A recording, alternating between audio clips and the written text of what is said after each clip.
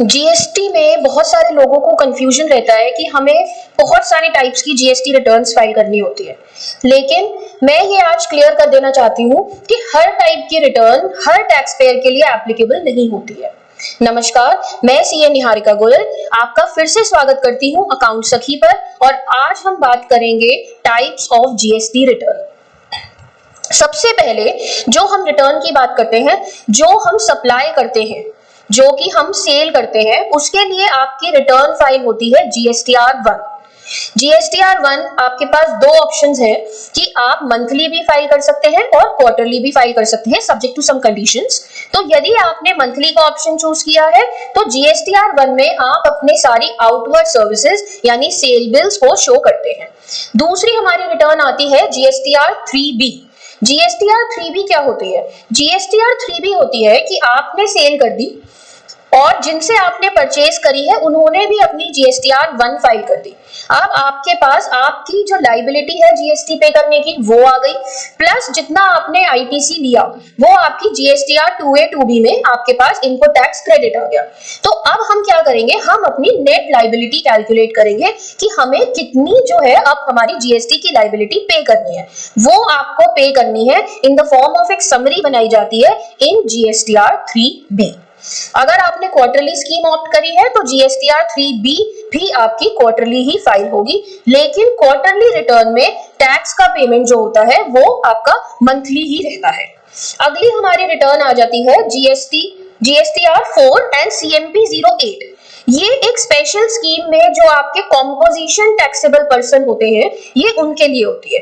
Composition taxable persons वो special persons होते हैं जो कि जीएसटी की बहुत सारी झंझटों से बचना चाहते हैं और कॉम्पोजिशन स्कीम को ऑप्ट कर लेते हैं, जो कि छोटे व्यापारी होते हैं।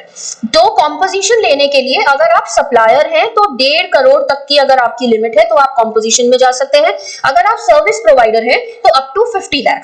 रेस्टोरेंट्स जो कि अल्कोहल सप्लाई नहीं करते हैं वो भी कॉम्पोजिशन ले सकते हैं। कॉम्पोजिशन में आपको आईटीसी नहीं मिलता है, आप इंटरस्टेट सप्लाई नहीं करते हैं, तो आप कॉम्पोजिशन स्कीम ले सकते हैं। इसमें आपको एक परसेंटेज के ऊपर जीएसटी देना पड़ता है। हर बिल के ऊपर आप अपने जो कस्टमर्स हैं उनसे जीएसटी चार्ज नहीं करते हैं। तो उनके लिए आपकी रिटर्न, अगर आप कॉम्पोजिशन है तो आपको GSTR1 3B फाइल नहीं करनी, आपको फाइल करनी है CMP08 and annual return file करनी है अंडर GSTR4। अगली हमारी आ जाती है GSTR7। अगर आप एक टीडीएस डिडक्टर हैं, यानी आप पर टीडीएस डिडक्ट करने की लाइबिलिटी है, तो उसी केस में आपको फाइल करनी है GSTR7, जो कि आपकी टीडीएस की रिटर्न है। अगर आपके ऊपर टीडीएस की लाइबिलिटी नहीं है तो आपको ये रिटर्न फाइल करने की जरूरत नहीं है। अगला हमारा आ जाता है GSTR8।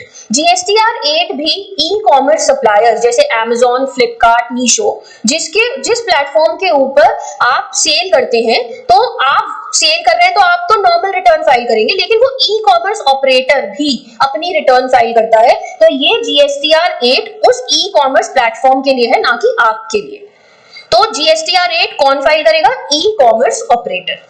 अगली रिटर्न आ जाती है GSTR6। ये होती है इनपुट सर्विस डिस्ट्रीब्यूटर्स के लिए। इनपुट सर्विस डिस्ट्रीब्यूटर अगर आप हैं, आप अपना कॉमन क्रेडिट अपनी ब्रांचेस में या अपनी यूनिट्स में डिस्ट्रीब्यूट करते हैं और आपने एज एन ISD अपने आप को रजिस्टर कराया हुआ है, तो ही आपको GSTR6 फाइल करनी है। नॉर्मल टैक्सेबल पर्सन को ये रिटर्न फाइल नहीं करनी है। अगली हमारी रिटर्न आती है GSTR5, जो कि है नॉन रेजिडेंट के लिए। अगर आप नॉन रेजिडेंट हैं और आप किसी स्पेसिफाइड बिजनेस के लिए इंडिया में आए हैं, वो एक प्रोजेक्ट करने के लिए, तो आपको जीएसटी में रजिस्ट्रेशन लेना पड़ेगा। और क्योंकि आप एक स्पेशल लॉज में फॉल करते हैं, तो आपके लिए अलग से एक रिटर्न बनाई गई है जो कि है GSTR5। यानी नॉर्मल टैक्सेबल पर्सन को GSTR5 नहीं फाइल करना है, ये केवल नॉन रेजिडेंट के लिए ही होती है। अगली हमारी रिटर्न आती है GSTR9 एंड GSTR9C। ये होती है नॉर्मल टैक्सेबल पर्सन्स की एनुअल रिटर्न। एनुअल रिटर्न का मतलब क्या हो गया? पूरे साल हमने GSTR1 3B फाइल करी है और अब हमें उसकी एक समरी GSTR9 और 9C के रूप में देनी है।